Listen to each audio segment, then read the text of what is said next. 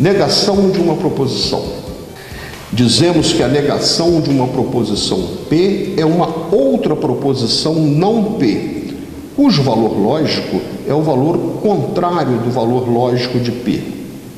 Assim, se P for verdadeiro, não P será falso, e se P for falso, não P será verdadeiro. Dada uma proposição simples, a obtenção de sua negação é uma operação evidente. Como exemplo, a partir das proposições P, Q e R dadas abaixo, determinemos as proposições não P, não Q e não R e verifiquemos que os valores lógicos serão trocados. Proposições: P, Pelé é brasileiro, verdadeiro. Q, Recife é a capital do Paraná, falso. R, 2 mais 3 igual a 5, verdadeiro. Negação das proposições: não P, Pelé não é brasileiro, falso. Não Q, Recife não é a capital do Paraná, verdadeiro. Não R, 2 mais 3 diferente de 5, falso. Para obtermos a negação de uma proposição composta, procederemos como a seguir. Dada a proposição composta P, Carlos é médico e é engenheiro, a sua negação será obtida colocando-se não é verdade que antes da proposição. Ou seja, não P, não é verdade que Carlos é médico e é engenheiro. Seria completamente errado falar que a negação seria Carlos não é médico e não é engenheiro, pois esta colocação errada exclui a possibilidade de Carlos ter uma das duas profissões. O uso do parênteses. Assim como em matemática, em lógica temos que utilizar os parênteses para definirmos algumas situações que poderiam causar dúvidas. Em matemática, para escrever simbolicamente o produto da soma de 5 com 3 pela diferença de 7 menos 2, teremos de usar o parênteses para explicitar as operações que estamos indicando. No caso, temos 5 mais 3, entre parênteses, vezes 7 menos 2, entre parênteses. O uso do parênteses, em caso como este, é absolutamente indispensável. Em lógica, supondo as proposições P, eu sou engenheiro, Q, eu sou brasileiro, R, eu falo alemão, não teria o menor sentido falarmos P, I, Q ou R, pois não saberíamos se estávamos diante da conjunção da proposição P com a disjunção Q ou R, ou se estávamos diante da disjunção formada pela conjunção P e Q com a proposição R. Caso quiséssemos nos referir ao primeiro caso, teríamos P e, entre parênteses, Q ou R. Caso quiséssemos nos referir ao segundo caso, teríamos, entre parênteses, P e Q ou R. É facilmente visível que as duas proposições compostas acima são totalmente diferentes. Basta ver que, se a proposição simples R for verdadeira, o segundo caso será verdadeiro, independente dos valores lógicos de P e Q. E o mesmo não acontece no primeiro caso, no qual a veracidade de R não define nada. Exemplo do conectivo se, então. A partir da proposição simples P e da proposição simples Q, formemos a proposição composta se P, então Q. Imaginemos a proposição P. Eu nasci em Recife. Q, eu sou brasileiro. A ligação dessas duas proposições pelo conectivo se, então, é chamada condicional e tem para símbolo condicional. Assim, em vez de escrevermos se P, então que, escrevemos P condicional que, conforme pode ser visto a seguir. P condicional que, se eu nasci em Recife, então eu sou brasileiro. Da mesma forma que foi feito na conjunção, ligação por e na disjunção, ligação por ou, também teremos de saber os valores lógicos da condicional, ligação por se, então, para todas as hipóteses de valores lógicos das proposições simples que a formam.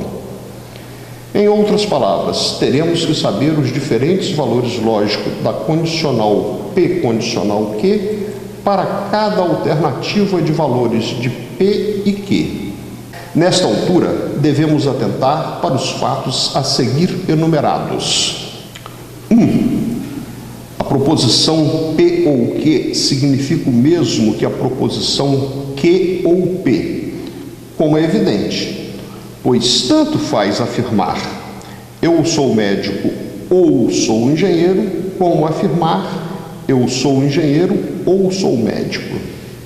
2. A proposição P e Q significa o mesmo que a proposição Q e P, como é evidente, pois tanto faz afirmar eu fui ao teatro e ao cinema, como afirmar eu fui ao cinema e ao teatro.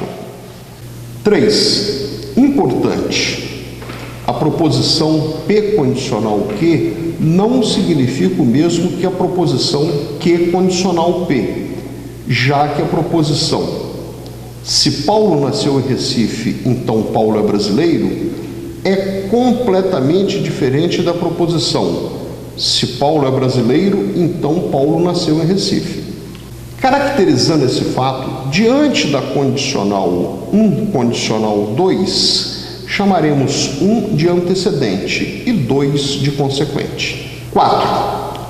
Conhecendo os valores lógicos da proposição simples P e da proposição simples Q, tivemos condição de, intuitivamente, determinar o valor lógico da proposição P e Q. A proposição P e Q só será verdadeira caso as duas proposições que a formam sejam verdadeiras.